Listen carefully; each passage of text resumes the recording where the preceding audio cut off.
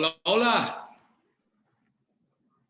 Bello público de La Voz del Residente. Estamos a un minuto de comenzar, pero me voy adelantando y les voy dando la bienvenida a las personas que se van conectando.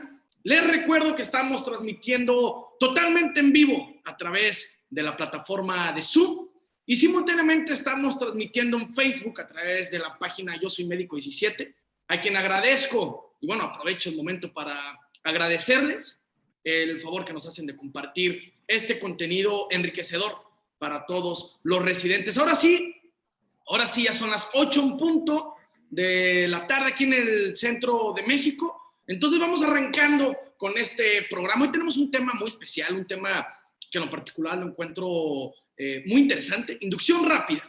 Pero antes de adentrarnos en el tema, me gustaría invitarlos a que nos sigan en nuestras redes sociales, La Voz del Residente en Facebook, La Voz del Residente en Instagram. Así de fácil nos puedes encontrar en YouTube. Si quieren volver a repetir estos contenidos, como todos los lunes en anestesiología, se pueden meter a YouTube, se suscriben en la página Medical Legal Center, así de fácil, se suscriben y todos los lunes, damas y caballeros, encontrarán contenido nuevo sobre anestesiología.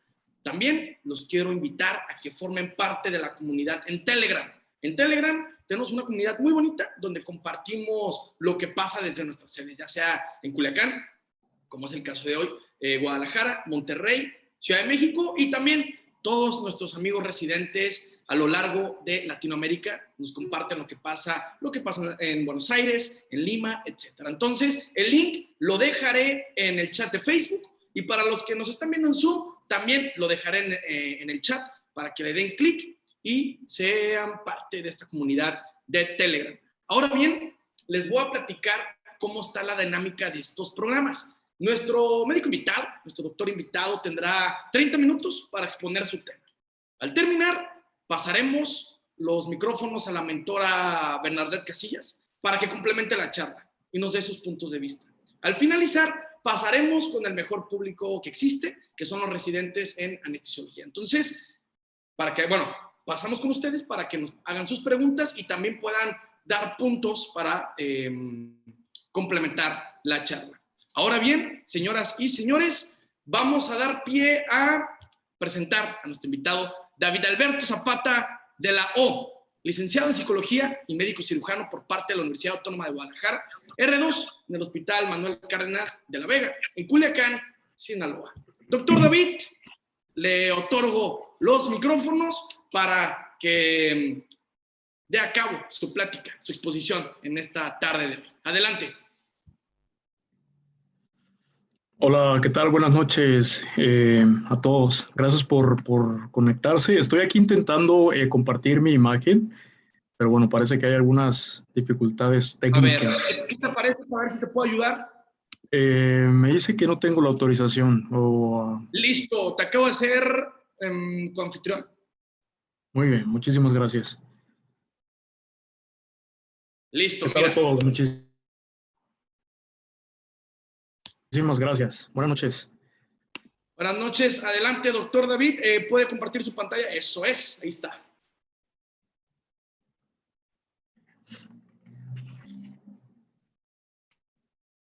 Bueno, no sé si me escuchan bien, ¿todo bien?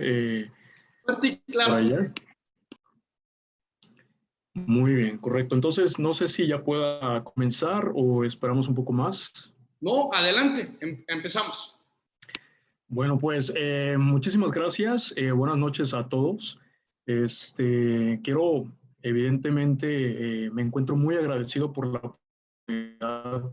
Creo que estos espacios, estas plataformas para nosotros los médicos en formación son muy importantes precisamente para poder compartir un poco de lo que día con día vamos aprendiendo, de lo que día con día vamos experimentando en este camino llamado residencia y poder compartir un poco para con otros compañeros médicos. Entonces, es un placer, un gusto. Mi nombre es David Zapata, soy médico del segundo año de la residencia en anestesiología en el Hospital Manuel Cárdenas de la Vega de la bonita ciudad de Culiacán, Sinaloa. Y perteneciente al ISSSTE, soy egresado de la Universidad Autónoma de Guadalajara y próximamente también de la Universidad Autónoma de Sinaloa. Entonces, en esta noche quiero platicarles, hablarles este tema llamado inducción en secuencia rápida, un tema muy importante y muy particular para nosotros los anestesiólogos. Y pues bueno, estos son los puntos que vamos a tratar. Vamos a hablar de lo que es la inducción e intubación en secuencia rápida, en qué caso se usa. Vamos a hablar de los pasos que lleva este tipo de intubación, haciendo énfasis en los fármacos que damos para proporcionar inconsciencia y parálisis. Y bueno, también de un concepto que puede ser novedoso para algunos, que en este caso es la vía aérea fisiológicamente difícil. Al final vamos a hablar de las complicaciones y cómo prevenirlas, y de otro concepto que se llama intubación en secuencia retrasada. Entonces, la primera pregunta que surge en esta es, ¿qué es la inducción en secuencia rápida? Pues básicamente, en resumen, sería cortar el tiempo que ocurre entre la inconsciencia y la colocación de un tubo orotraqueal. Básicamente es una intubación rápida. Realmente no hay una definición así universalmente aceptada de qué es la intubación en secuencia rápida, pero se entiende que hay que proporcionar a los pacientes esta técnica para que se obtenga inconsciencia y parálisis en un menor tiempo de lo habitual. También se entiende de que en esta intubación en secuencia rápida uno induce al paciente, lo vamos a dormir, lo vamos a paralizar y lo vamos a intubar sin ventilarlo con una mascarilla, pudiendo otorgar una o dos ventilaciones superficiales. ¿Para qué hacemos esto los anestesiólogos? Básicamente, pues para controlar rápidamente la vía aérea, para reducir complicaciones y aumentar la frecuencia de éxito. ¿Y en quiénes podemos hacer esta técnica? Pues bueno, algunos candidatos pueden ser pacientes de trauma, pero no en todos los pacientes de trauma. Por ejemplo, el de la imagen, ese paciente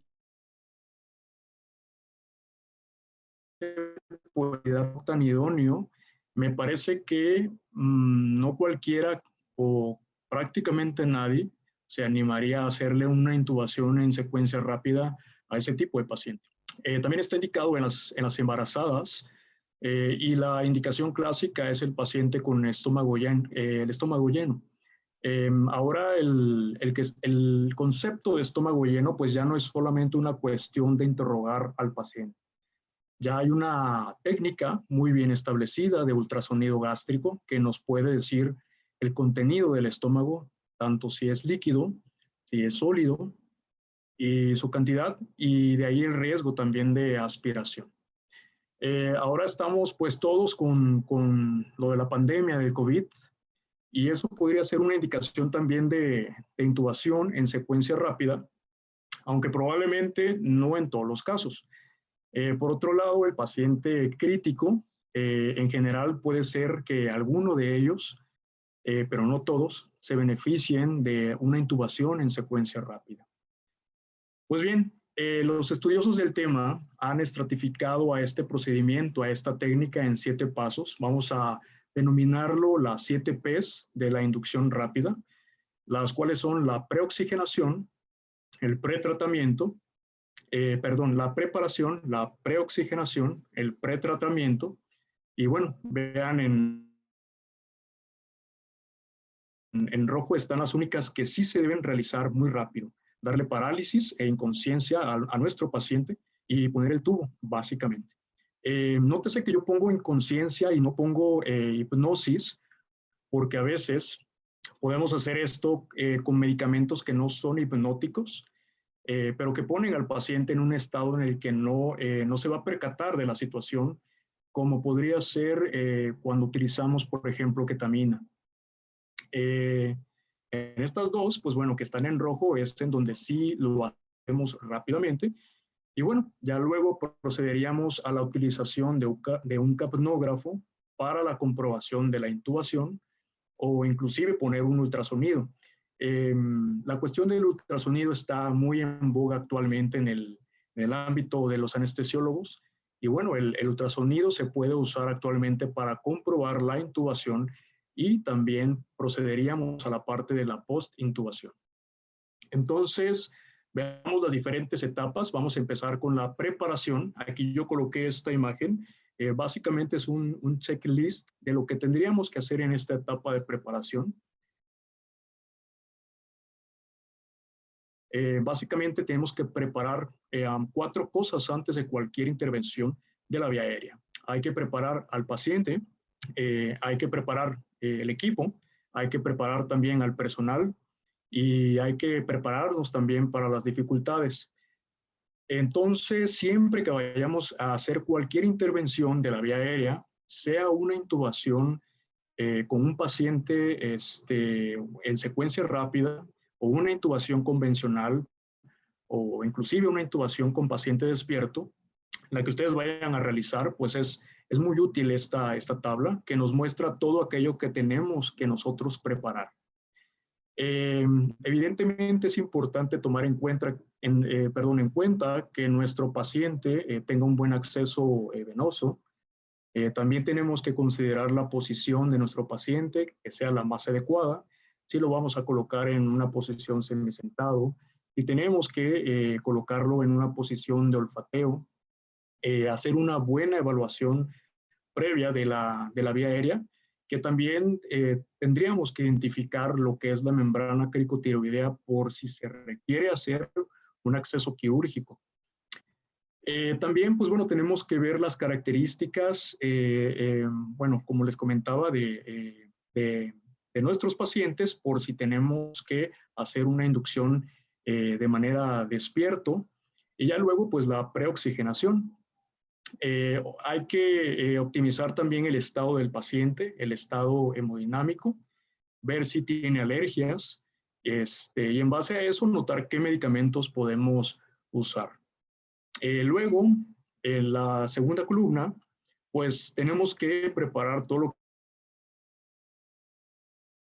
que tiene que ver con nuestro equipo, el monitoreo o el equipo de la vía aérea, lo que vayamos a utilizar, vaya, por ejemplo, el laringoscopio o un videolaringoscopio. Todo este equipo debe ser probado, debe ser verificado. Tenemos que notar que nuestros equipos prendan, que estén funcionales.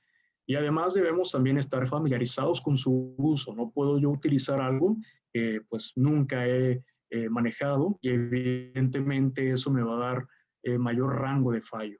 Entonces, siempre que nos preparemos para abordar la vía aérea, debemos tener listo el equipo o lo ideal sería tener listo un equipo para un acceso quirúrgico en el cuello, el FONA, el Front Neck Access. Yo sé que regularmente es algo que en los quirófanos no hacemos, pero de manera ideal, la literatura refiere que tendríamos que tener este acceso al cuello por si realmente requerimos como tal llevar a cabo la técnica básicamente. Entonces siempre debería de estar listo este punto. Ahora, en la tercera columna tenemos que preparar al personal. En este caso, quién va a ser el líder y quién va a ser el intubador, ya que no necesariamente es la misma persona. Y quién va a ser, por ejemplo, el segundo intubador, en dado caso que el primero no pueda. Quién va a hacer presión cricoidea si es que se va a realizar. Y también quién va a poner medicamentos. Y muy importante, si no podemos los que estamos ahí, la realización de la técnica, pues entonces, ¿a quién podríamos acudir para que nos apoye con ello? Básicamente también tendríamos que tomar en cuenta a alguien que esté llevando el registro de lo que se está realizando continuamente. Y por último, pues bueno, no menos importante por ello, pues hay que prepararnos para dificultades, analizar qué pasa si no lo podemos intubar, tendríamos que quizá revertirlo, podemos quizá cancelar la intubación y que el paciente pues respire por sí mismo, o si no es una opción, pues poder de alguna forma dilucidar cuál es nuestro plan. Tenemos, pues bueno, podríamos recurrir a los diferentes planes que en el manejo de la vía aérea difícil se han establecido. Por ejemplo, en el caso de un plan A, que puede ser la utilización de, bueno, la realización de una laringoscopía. En el caso de un plan B, que normalmente es volver a ventilar al paciente con mascarilla o un supraglótico. El plan C también la utilización de un supraglótico con el instrumento y evidentemente si contamos con el adiestramiento para poder utilizar ese instrumento. Y el plan D, pues siempre será un acceso quirúrgico frente al cuello y todo esto debe hacerse antes de iniciar el manejo de la vía aérea de nuestro paciente. Entonces, esta tabla pues nos resume lo que es básicamente la preparación. Y bueno, aquí surge una primera pregunta, ya hablando de medicamentos. Si nosotros ya preparamos a nuestro paciente y ya lo vamos a intubar, la primera pregunta es, ¿hay que dar algún tipo de medicación? ¿Hay que dar algo? Regularmente, y bueno, existe la costumbre de que principalmente en lo que es en terapia y en urgencias de intubar con mínimos medicamentos. Usualmente en anestesiología no lo hacemos de esa manera, pero la respuesta es que por supuesto que hay que dar algo, hay que dar ciertos medicamentos. Sí que hay que administrar medicamentos de acuerdo al estado del paciente que nos pueda permitir mejorar nuestras posibilidades de éxito. Entonces, ¿cuáles serían los objetivos de los fármacos que nosotros vamos a dar? Pues básicamente es aumentar las posibilidades de éxito en el procedimiento y con ello vamos a disminuir las complicaciones. Por ejemplo, la complicación del fallo, del que no podamos intubar, depende mucho de un bloqueo neuromuscular adecuado, aunque también es importante para esto la preparación, la posición, así también como el dispositivo que tengamos y que vayamos a utilizar. Otra complicación puede ser la hipertensión en el paciente o la hipertensión intracraneal. Para esto podría ser útil ciertos medicamentos que usemos como pretratamiento o como inducción. Regularmente, y bueno, es más común en un paciente y sobre todo en el paciente crítico, que lo que presente con la inducción y la intubación sea una hipotensión severa e inclusive un paro cardíaco. Pero bueno, para esto también es útil el pretratamiento. Ahora, para prevenir, en este caso, lo que es la broncoaspiración, también es importante una preparación adecuada, una buena posición para nuestro paciente, tener la succión, pero también es importante con qué vamos nosotros a realizar la inducción y con qué realizamos también la parálisis del paciente. Todo esto nos puede llevar a prevenir un desastre de lo que es la vía aérea. Aquí viene una mnemotecnia de 3 Ps que involucra a todas las drogas que usamos alrededor de la inducción en secuencia rápida. La primera P es de pretratamiento o también denominado cotratamiento, todo lo que usamos antes de la inducción propiamente dicha. En la segunda P encontramos lo que es la perfecta inducción, que bueno, para que lleve una P, por eso el perfecta, que básicamente son 3 drogas las que vamos a usar. En este caso son propofol, el letomidato y la ketamina.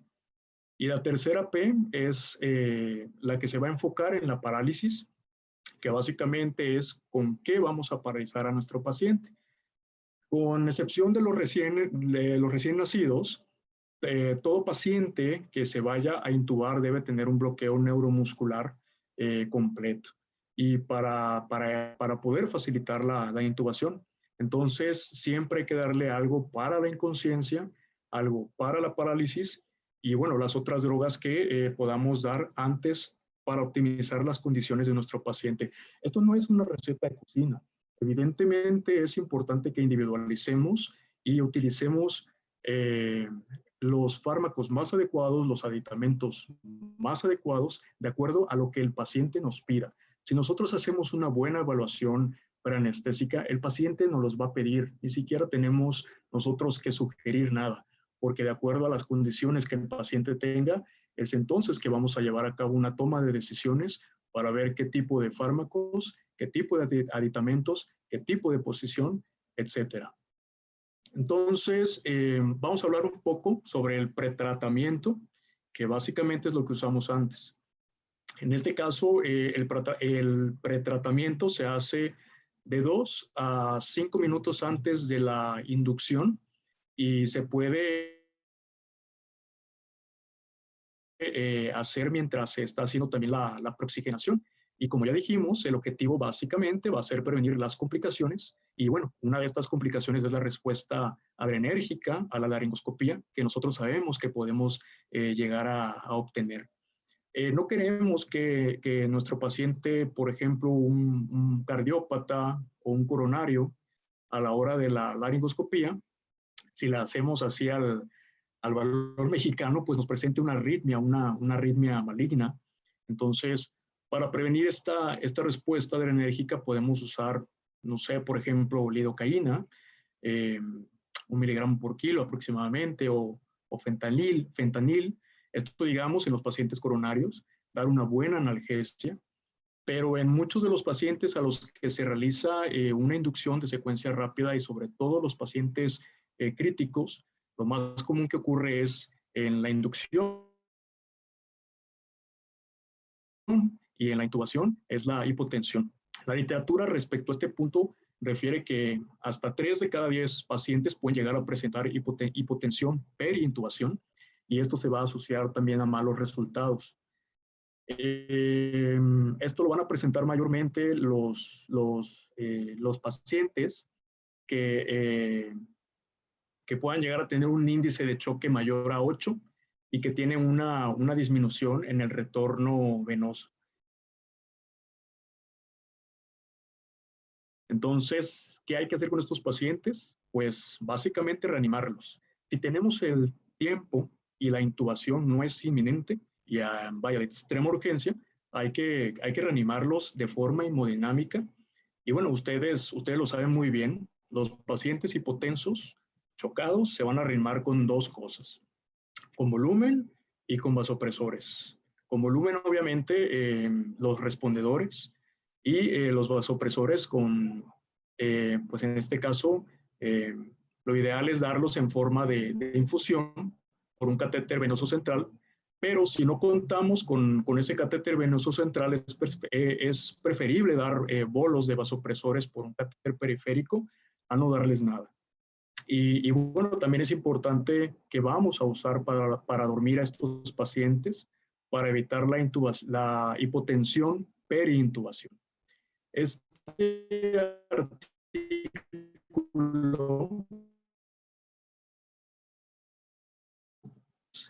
mucho porque vienen todos estos temas de los que estamos tratando aquí. Pues bueno, este es el tratamiento a la hipotensión antes de la intubación, pues bueno, con volumen y vasopresores. Y aquí están las referencias de lo que les comentaba, de que se puede usar en bolo a través de vía periférica, en este caso los vasopresores, para que vean que no es solo una maña de anestesiólogo, sino que que esto sí está en la literatura y que se recomienda en todo tipo de pacientes. Al ir preparando esta charla, yo me topé con este concepto bastante interesante, que es la dificultad fisiológica de la vía aérea, que es diferente a la vía aérea anatómica que conocemos difícil, ¿no? Que en este caso, pues bueno, el paciente que no abre la boca, que tiene un cuello corto, un cuello grueso, una distancia tiroides-mentón reducida. Aquí el paciente con una dificultad fisiológica de la vía aérea va a ser un paciente que va a tener un alto riesgo de colapso hemodinámico, inclusive también de un paro cardíaco perintubación. Y esto lo vamos a ver aumentado con intentos sucesivos. O sea que un paciente con dificultad fisiológica, pues esta dificultad es mayor en un segundo intento y por eso es muy importante dentro de nuestro plan hacer todo lo posible para tener éxito en el primer intento. Aquí está la cita para los que quieran buscar. Este artículo también es muy recomendable y habla sobre todo esto de la vía aérea fisiológicamente difícil.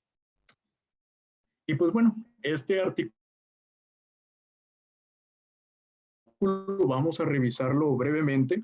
Aquí nos refiere 4 grupos de pacientes con dificultad fisiológica de la vía aérea, los pacientes hipotensos, los pacientes con falla en el ventrículo derecho, los pacientes con acidosis metabólica y los severamente hipoxémicos. Entonces, ¿cómo vamos a tratar a estos pacientes? Hay que hacer una buena evaluación, una planeación, un pretratamiento y una inducción adecuada. Entonces, ustedes podrán observar el paciente que vamos a intubar es un continuum desde el voluntario sano hasta el paciente con una falla severa del ventrículo derecho. Entonces, de acuerdo al estado de nuestro paciente, vamos a tratar de categorizarlo en uno de estos grupos para dilucidar cómo lo vamos a manejar para evitar las complicaciones. Bueno, ya vimos lo de la hipotensión, ahora veamos lo de la falla del ventrículo derecho. Aquí yo creo que, bueno, ustedes saben que el ventrículo derecho normalmente funciona a baja presión, pero cuando aumenta la poscarga de este ventrículo, por ejemplo, con un paciente con una tromboembolia pulmonar o una hipertensión pulmonar, el ventrículo va a responder aumentando su contractilidad y se va también a aumentar la precarga. Entonces, esto lo puede hacer hasta cierto punto y cuando ya no lo puede hacer, nos vamos a topar con una falla crítica de este ventrículo derecho, en donde también va a haber un flujo retrógrado, va a haber una disminución de la perfusión coronaria y entonces podemos tener hipotensión y también toparnos con un colapso cardiovascular. Entonces, hay 2 cosas que van a agravar esta falla del ventrículo derecho. Una es la ventilación con presión positiva y otra es la hipoxemia. Y esto porque se va a ver aumentada la vasoconstricción pulmonar hipóxica. Entonces, esto lo que debemos evitar en estos pacientes, entonces, si tenemos un paciente del que sospechamos una falla del ventrículo derecho, debemos evitar este punto como tal. Si lo tenemos que intubar, pues, ¿qué debemos hacer? Básicamente, este artículo nos dice que lo ideal y resalto este punto, lo ideal sería realizar un ecocardiograma previo para ver el grado de disfunción o falla y ver la reserva contráctil de ese ventrículo. Yo entiendo que en muchos de nuestros hospitales no contamos con el aparato, en este caso un ultrasonido, no tenemos el adiestramiento. Sería muy bueno que en futuros planes de residentes de anestesiología se involucrase un poco más al ultrasonido, porque básicamente ya se está convirtiendo en el estetoscopio actual y como les comentaba, pues la literatura refiere que sería lo ideal y por esa razón yo lo menciono, pero yo reitero, entiendo que no contamos en nuestras instituciones con ello, pero hago mención porque la literatura así lo refiere.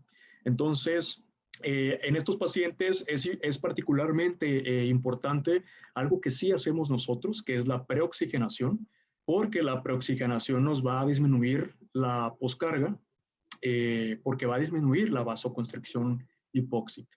Un paciente con falla más severa puede beneficiarse también con óxido nitroso y también puede usarse la oxigenación apneica, que en este caso, pues bueno, es colocar puntas nasales de alto flujo. Vamos a dejar esas puntas, aunque el paciente ya esté en apnea, pues las dejamos que siga fluyendo el oxígeno a un alto flujo y eso nos va a proporcionar cierta oxigenación. En el caso del pretratamiento para estos pacientes, podríamos utilizar fentanil si están hipertensos o norepinefrina si ya están hipotensos. Y la inducción deberíamos de hacerla con agentes hemodinámicamente lo más neutro posibles. Y en esto el agente característico es el etomidato. Ahorita más adelante vamos a ver específicamente los agentes para la inducción. Una vez que estos pacientes ya están en ventilación mecánica, pues hay que manejar esta ventilación con baja presión para evitar hipoxemia, para evitar que pues bueno, atelectasias en nuestros pacientes, así también como hipercapnia. El otro grupo de dificultad fisiológica de la vía aérea es el paciente con acidosis metabólica, por ejemplo, los pacientes con cetoacidosis diabética. Cuando tenemos a un paciente en acidosis pero respiratoria, Pues esta se corrige básicamente con la asistencia ventilatoria, pero cuando la acidosis es metabólica, pues estos pacientes van a depender de este incremento de su ventilación espontánea, y si nosotros los ponemos en apnea van a tener una acidosis severa. Pues además en estos pacientes es limitada la asistencia que les podamos nosotros brindar con la ventilación mecánica. Entonces, ¿qué se recomienda en estos pacientes? Se recomienda evitar o retrasar la intubación, pues lo más que se pueda, y más bien tratar lo que es la causa de la acidosis, o también usar una ventilación mecánica no invasiva. Y si ya la intubación es inevitable, pues hay que dar algún medicamento que mantenga la respiración espontánea. Podemos usar lo que es la pura hipnosis y una parálisis muy corta, por ejemplo, utilizando succinilcolina, y una vez que ya está intubado, dejarlo con alguna estrategia ventilatoria. David. Que nos pueda permitir que el paciente esté controlando su volumen. ¿Sí? David, sí. Solamente 5 minutos restantes. Ok. Muy bien. Bueno, entonces, como les comentaba, bueno, de la dificultad de la vía aérea fisiológica, ahorita vamos a pasar rápidamente de las etapas de esta técnica a lo que es los medicamentos. Aquí, pues bueno, básicamente hay una triada importante de medicamentos que es el propofol, el etomidato y la ketamina. En el caso de la inconsciencia, pues el propofol es el anestésico endovenoso más usado en el mundo por su vida media corta, por su estabilidad hemodinámica relativa. Y bueno, definitivamente no es el agente ideal para un paciente chocado, pero sí podemos utilizar una variedad de dosis. Puede ser útil incluso para pacientes lábiles, como ancianos. Y bueno, lo podríamos combinar con algunos otros fármacos, como lo sería el midazolam, para disminuir las dosis. Es un medicamento que sí que nos va a disminuir la presión intracraneal, y también ideal para un paciente neurológico. Tiene efecto anticonvulsivante, pero no tiene un efecto analgésico. Entonces, si vamos a realizar una laringoscopía, pues va a haber un estímulo potente, y como pretratamiento, al utilizar el propofol, tendríamos que dar una analgesia adecuada con un opioide, como por ejemplo el fentanil. Este medicamento, el propofol, nos va a bajar el gasto cardíaco, la presión arterial, esto a dosis dependiente. Entonces podríamos utilizarlo en algunos pacientes de rutina, un paciente que esté estable, que no esté chocado. Y aquí vemos la dosis, la latencia y la duración. Otro agente importante es el etomidato. Aquí está la dosis, que es de 0.3 miligramos por kilo. Tiene una latencia corta de 30 segundos, por eso es ideal para la intubación de secuencia rápida, y su duración es corta, igual que el propofol. De hecho, los tres, el etomidato, la ketamina y el propofol, tienen una duración corta. Entonces, una vez que se intuba el paciente, pues hay que ver con qué se va a mantener la sedación, porque el efecto de estos tres va en algún momento a pasar. El etomidato como tal es un hipnótico no barbitúrico de acción ultracorta, que no va a tener un efecto depresor cardiovascular, pero sí va a disminuir la presión intracraneana. En antaño, este medicamento se utilizaba mucho, pero suprimía la función adrenal, y los pacientes morían básicamente por insuficiencia adrenal. Sin embargo, con una sola dosis se ha visto que esto pasa y se puede utilizar. No tiene tampoco un efecto analgésico y causa mioclonos. Entonces, ¿para quién se usa? Algún paciente inestable, chocado, cardiópata, e inclusive algún neurológico.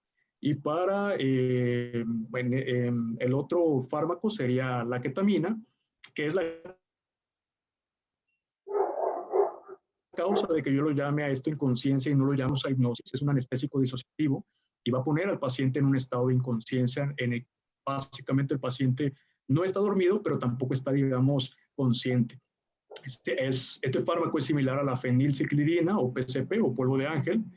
Va a causar alucinaciones, puede causar síndrome también de estrés postraumático, y por eso es sugerible que se utilice siempre con benzodiazepinas. Este sí tiene un efecto analgésico y muy importante, preserva el impulso respiratorio. O sea que vamos a causar inconsciencia sin apnea.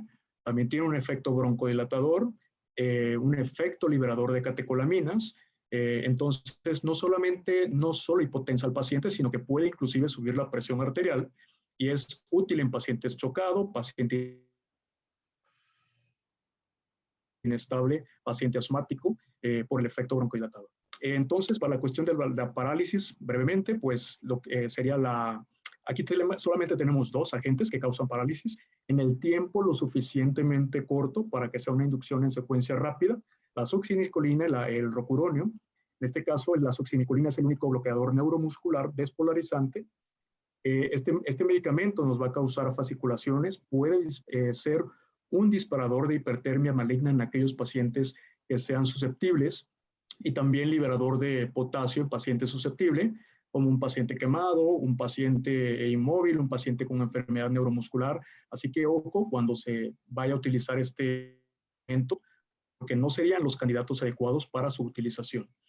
Esta es la dosis, la latencia, la duración. Y por último, el medicamento que vamos a tratar para también parálisis es el rocuronio. Ustedes saben que hay muchos agentes para la inducción en secuencia rápida, pero realmente el único que se recomienda es el rocuronio por la latencia corta de 45 a 60 segundos, cuando se usa en una dosis relativamente alta, que es de 1 miligramo por kilogramo. Este sí tiene una duración prolongada de 45 minutos, tiene un rápido inicio de acción y tiene la ventaja de que tiene un antagonista, que es el Sugammadex. Y bueno, por ese lado, esa parte. Entonces, las complicaciones, básicamente, la complicación más importante, el fallo. ¿Cómo podemos evitar el fallo? Pues hay que hacer una buena planeación, así también como hay que tener en mente que el paciente siempre tiene que estar oxigenado y nos puede apoyar esta ayuda cognitiva del Vortex. El Vortex es un concepto que desarrollaron unos médicos australianos que nos sirve para recordar que solamente tenemos 3 formas de oxigenar al paciente: o lo intubamos, o lo ventilamos con la mascarilla, o lo colocamos un supraglótico. Son las 3 formas no invasivas. Ya si logramos hacer esto, pues pasamos a la zona verde del Vortex, que aquí básicamente el paciente está siendo oxigenado. Si no podemos, entonces, en el fondo del Vortex está lo que es el acceso quirúrgico de la vía aérea, que nos va a permitir también la oxigenación. Entonces, si llegamos a fallar en una inducción en secuencia rápida, hay que recordar este esquema. La prioridad siempre va a ser oxigenar y se puede oxigenar de estas 4 formas. Entonces, aquí tenemos otra parte del esquema del Vortex, con básicamente las mismas aplicaciones. Y David, bueno, ya para terminar, para prevenir la bronquitis. ¿Sí, doctora? 2 minutos solamente. Muy bien. Para prevenir lo que es la broncoaspiración, pues que es una de las principales causas de muerte por complicación de la vía aérea, pues es útil la planeación, la prevención, también como tener en consideración una buena posición, como lo sería una posición en semisentado. Si el paciente tiene una oclusión intestinal, pues hay que colocar una sonda nasogástrica, ponérsela. Ya no se recomienda la maniobra de Selig, porque ha habido estudios que han demostrado que no es útil y que se dificulta la intubación. Entonces, ¿qué pasa si el paciente vomita? Pues hay una técnica para la intubación de la vía aérea contaminada que se llama SALAT. SALAT quiere decir Suction Assisted Laryngoscopy Airway Decontamination. Es una técnica que se usa ya cuando el paciente vomitó y tenemos la vía aérea contaminada. Y bueno, aquí tenemos rápidamente un bonito video en donde se muestran las partes importantes del SALAT. Aquí el doctor Ducanto, que es quien inventó esta técnica, tiene un maniquí, lo contamina, le contamina la vía aérea, se llena de vómito la vía aérea y lo más importante es empezar con la succión. La succión se toma con la mano derecha y el laringoscopio se va a tomar, como siempre, con la mano izquierda. Aquí lo podemos ver.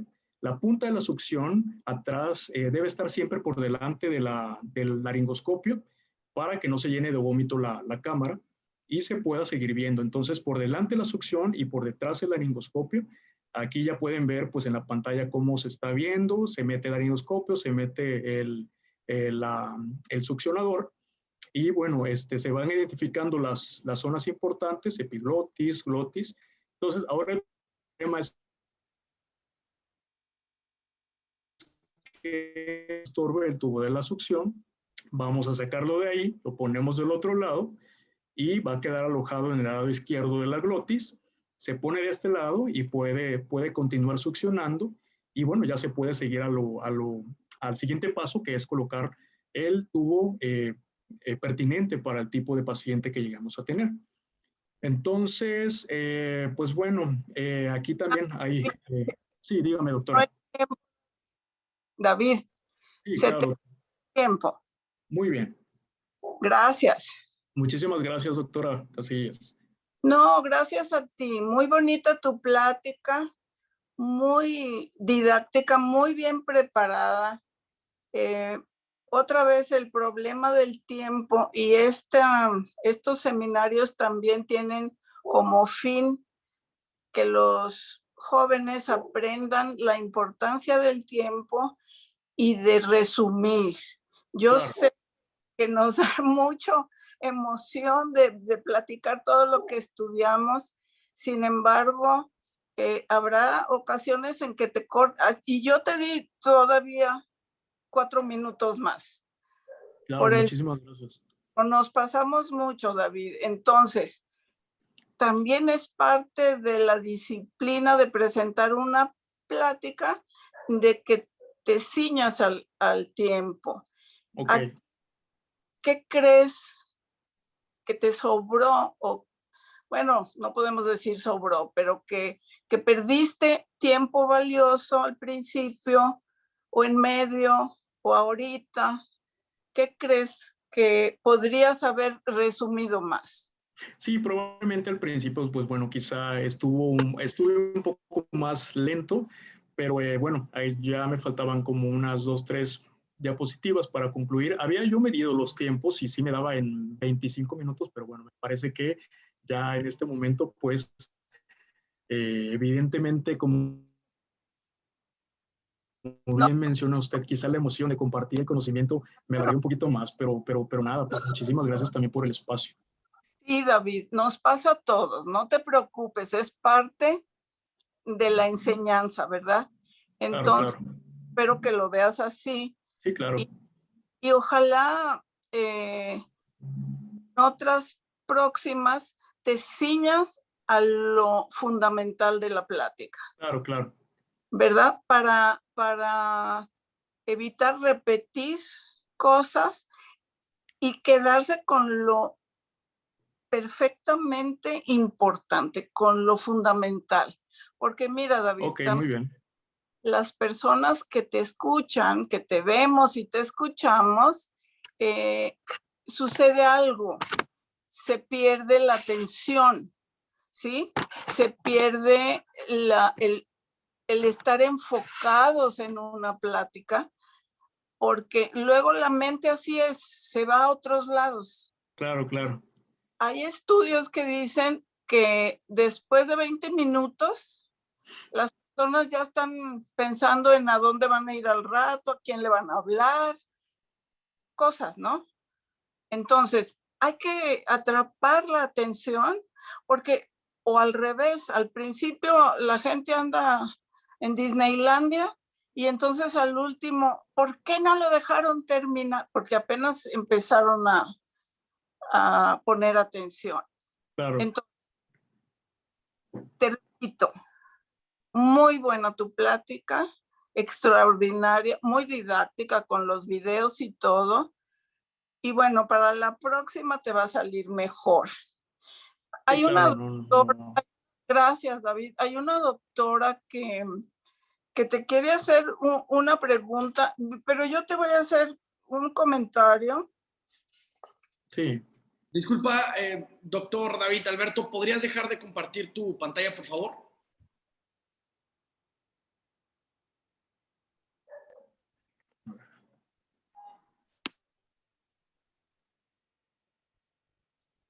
Creo Listo, que ya, ¿verdad? gracias. Ahora Sí. sí, sí, perfecto. Ahora vamos con la pregunta que te quería hacer nuestra gran mentora. Adelante. David, tú dijiste, creo que fue un lapsus lingüe, pero Tú dijiste que los pacientes con insuficiencia del ventrículo derecho se beneficiarían con el uso de óxido nitroso. Ujú. ¿Quisiste decir eso u óxido nítrico? Sí, óxido nítrico, perdón, sí, hay una falla Está bien. Nada más para los oyentes, pues no les vayan a dar óxido nitroso. perdón por esa pequeña falla. Y otra anotación que te quiero hacer es que el etomidato sí baja aunque sea una dosis de inducción, sí deprime la función de las suprarrenales. Sí, claro. Que si es un paciente sano, por otro lado, o sin mucha patología agregada, se va a recuperar. Los que se morían de insuficiencia suprarrenal eran los que estaban en terapia intensiva días con el goteo de etomidato, ¿no? Sí, claro. Sí. Ahora, una pregunta que yo te voy a hacer. ¿Tú tienes succinilcolina en tu hospital? Se cortó, doctora, y no escuché su pregunta. ¿Tienes succinilcolina en tu hospital? Básicamente no. Realmente yo no la he utilizado mucho, más que quizá 1 o 2 veces. No la tenemos a la mano. ¿Y qué te pareció esas 2 veces? Pues evidentemente, pues sí, el efecto es como más rápido para poder llegar a como el efecto del bloqueador neuromuscular. Creo que es un fármaco que también ha venido estando en desuso también por todas estas cuestiones que también puedan llegar a ocurrir hemodinámicamente hablando, pero por esa razón, en cuanto a la inducción de manera rápida, se ha pasado más al rocuronio como un agente más ideal, más adecuado, que tiene un efecto también en menor tiempo para poder realizar la laringoscopía y la intubación. Sin embargo, David, si tú pones una dosis de succinilcolina y no puedes intubar, el paciente va a recobrar su propia ventilación en 3 minutos, lo que Muy no es rápido. rocuronio. Si no tienes el antagonista, Sí, claro. no quiero saber qué vas a hacer si no puedes intubar y no puedes ventilar. Bueno, le pones un crico o algo, pero ya tendrás que recurrir a la escalada de atención. Entonces, por tu propio bien y experiencia, pídeles a tus jefes. ¿Quién es tu jefe de servicio? Mi jefe de servicio es el doctor Mesa, Bueno, del hospital. ok, entonces era el doctor Mesa, que ¿qué le parece que tuvieran más experiencia con la succinilcolina? Porque es cierto que causa liberación de potasio, es cierto que causa hipertermia maligna. Checa el porcentaje, David. Claro, claro. No es importante. Es cierto que causa fasciculaciones y tú las puedes evitar facilísimo. ¿Cómo? Pues en este caso, por ejemplo, sí podríamos, hay que hacer un propofol, midazolam, cisatracurio, para dar pauta a otro bloqueador neuromuscular. Esa es la manera elegante, ¿sí? Elegante y tardada. Te voy a compartir a todos los compañeros también la forma rápida, barata y eficaz de evitar las fasciculaciones. Por favor, doctora. Pones Compártanoslos, por favor. la 10ª parte de tu dosis primero. Si le vas a poner 80 miligramos, le pones 8. Luego el inductor y luego el resto de la dosis. Te vas a acordar de mí, David, no fascicula. Ok. Entonces, es la manera rápida, fácil y efectiva. Y eso partió un maestro mío chinito que se llamaba el doctor Chang y él lo publicó en el Anesthesiology hace 2015. y entonces es muy bueno. Sí, ok. Gracias, David. Gracias a usted, La doctora quería que nos platicaras de la doctora Casillas. Muchísimas gracias. Es bastante bueno escuchar esta experiencia. Claro.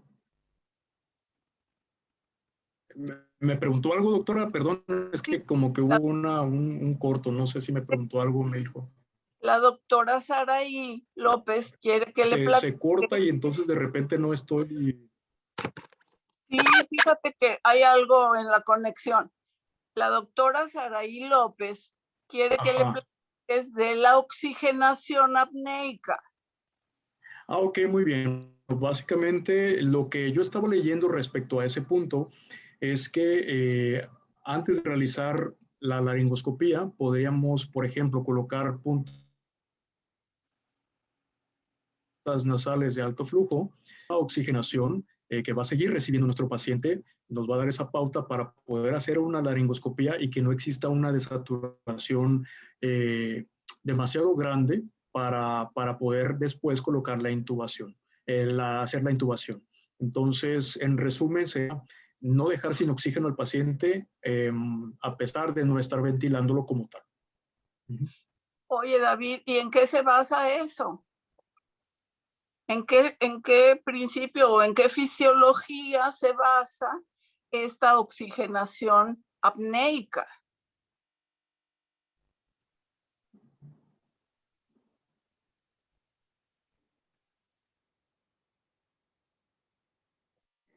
Es que hay un corto, doctora, y de repente... ¿En qué se basa la oxigenación apneica? ¿Cuál es el fundamento? Pues bueno, lo que estaba yo checando en la literatura respecto a ese punto es que básicamente la saturación tiene que continuar, bueno, va a continuar con este oxígeno suplementario, va a continuar habiendo oxígeno a nivel de la hemoglobina, a nivel de la sangre, va a seguir habiendo un intercambio, pero como tal, pues como les comentaba, pues no existe este mecanismo que nosotros llevamos a cabo con la utilización de una ventilación. Y bueno, creo que, pues, o no sé si no entendí bien la pregunta o es lo que... Sí, ¿por qué se mantiene cuando menos un rato la oxigenación o la saturación? ¿Por qué? ¿Debido a qué? A ver, te lo voy a preguntar de otro modo. Un paciente en paro cardíaco tiene oxigenación o puede tener oxigenación apneica.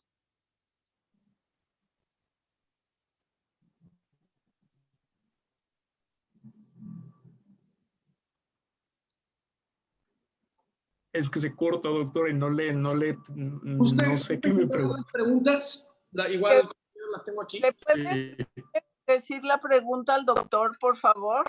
Claro, mira, tenemos varias. Estaba lo de la técnica. Permíteme, pero pregúntale que nos explique por qué sucede esto, de que si yo le pongo puntas nasales no baja la saturación. ¿Qué pasa ahí?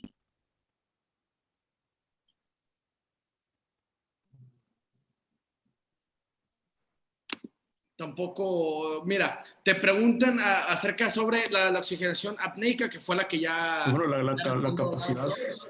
Ajá.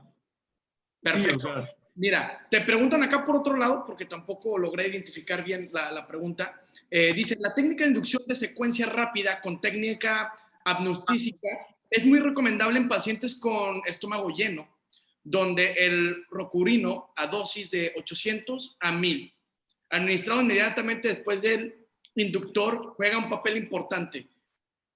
Creo que complementa lo que dice usted, más no es una pregunta. ¿Usted tiene comentarios al respecto?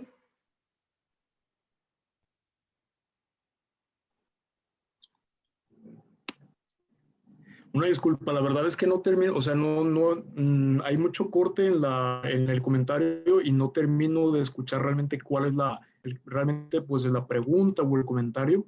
Sé que me está preguntando o que me está comentando algo de la música, no sé en sí, porque se corta. Hay mucha interferencia y no termino de entender Mira, te voy a hacer cuál es una la pregunta idea de la pregunta. te voy a hacer una pregunta Ajá. más corta. Dice, ¿se puede usar la técnica de Salat algún dispositivo supraglótico?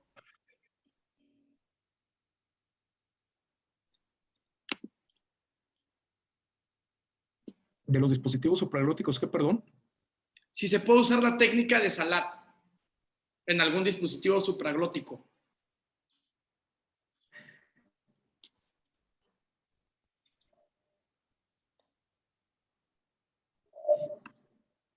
Se corta, ¿verdad, doctor? Sí, es que existe mucho corte y no termino, realmente no escucho cuál es la idea, pues, que se quiere externar. O sea, sé que me dijo algo de los supraglóticos, pero ya no entendí cuál era la idea y algo del amnúsico, o sea, no sé en sí cuál es la idea, pues. Y evidentemente, pues, no sé qué comentar porque no entendí o no escuché como tal toda la idea, vaya. No Ok, sé si ustedes me escuchan bien, yo no sé si ustedes me escuchan entrecortado o me escuchan bien, quiero pensar que no, pero en el caso de lo que yo escucho, tanto a la maestra Casillas como a usted, sí se escucha muy entrecortado y no termino de entender la idea. bueno, yo también noto interferencias. No sé si gustan pasar mejor a las conclusiones, porque noto mucha interferencia y puede ser un poco molesto. ¿Qué les parece? Ok. Pasamos a las conclusiones. Primero con usted, doctora Bernadette Casillas, por favor, y concluimos con el doctor David Alberto. ¿Les parece? Ok. Sí. Gracias a todos por su atención y bueno, estar muy atentos con los pacientes de emergencia. Gracias. Muchas gracias, doctora Bernadette. Ahora pasamos con nuestro invitadazo de lujo, que primero me gustaría felicitarlo por la manera en que sintetizó la presentación. Ahora sí que la conexión no estuvo para nada a la altura de la exposición de nuestro doctor invitado, pero no quería pasar desapercibida mi felicitación. Ahora sí, pasamos a las conclusiones finales. Doctor David Alberto Zapata, por favor.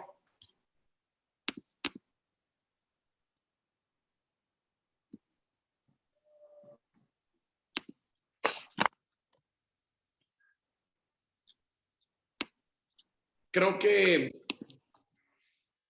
Se desconectó. Adelante, doctor.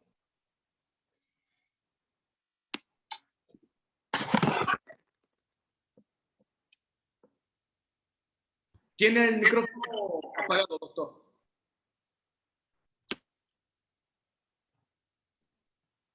Ok, sí, ¿qué fue lo último que me comentó? Perdón, porque no, de nueva cuenta la interferencia no me permite escuchar bien. No se apure, lo felicitaba por su exposición, resaltaba la manera en la que la Ok. sintetizó y la expuso. Ahora me gustaría que nos diera sus comentarios finales, por favor. Ok, sí, claro, pues bueno, ahí escuché que me comentó sobre conclusiones, pues básicamente hay que evaluar lo mejor posible a nuestros pacientes para ver si se requiere o no una intubación, hay que evaluar los factores anatómicos, los factores fisiológicos, evidentemente hacer una buena selección de la técnica, de los medicamentos, los más adecuados para ese paciente, y bueno, para hacer una buena inducción, una buena parálisis, y esto siempre con la finalidad de que a nuestro paciente le vaya lo mejor posible. Yo agradezco muchísimo el espacio, un poco desafortunado que la interferencia no haya óptima.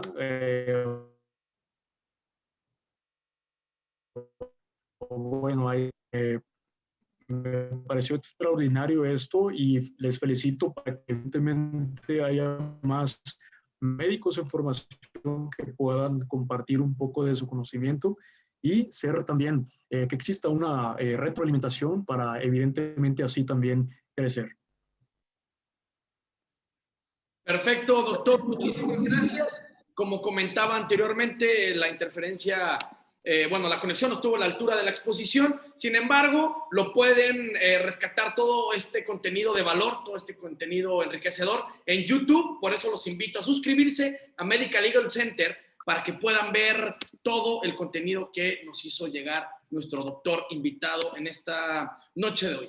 Ahora bien, me gustaría invitarlos nuevamente al Facebook y al Instagram, La Voz del Residente, así de fácil, y al Telegram. Métanse y compartan lo que pasa desde sus sedes. Antes de terminar y de pasar con mis conclusiones finales, me gustaría dirigirme con los jefes de residentes. Si usted es jefe de residentes y requiere una de las pláticas de Medical Legal Center, ya sea para adiestramiento o pláticas en temas médico-legales, no duden en contactarnos y solicitarlas sin costo alguno al correo atención.mlc@gmail.com. Atención sin acento, .mlc@gmail.com, y con mucho gusto, damas y caballeros, damos esta plática sin costo en este momento de pandemia. Yo me despido, soy Antonio Vázquez, les deseo un excelente inicio de semana a todos. Nos vemos. Muchísimas gracias a todos. Buenas noches.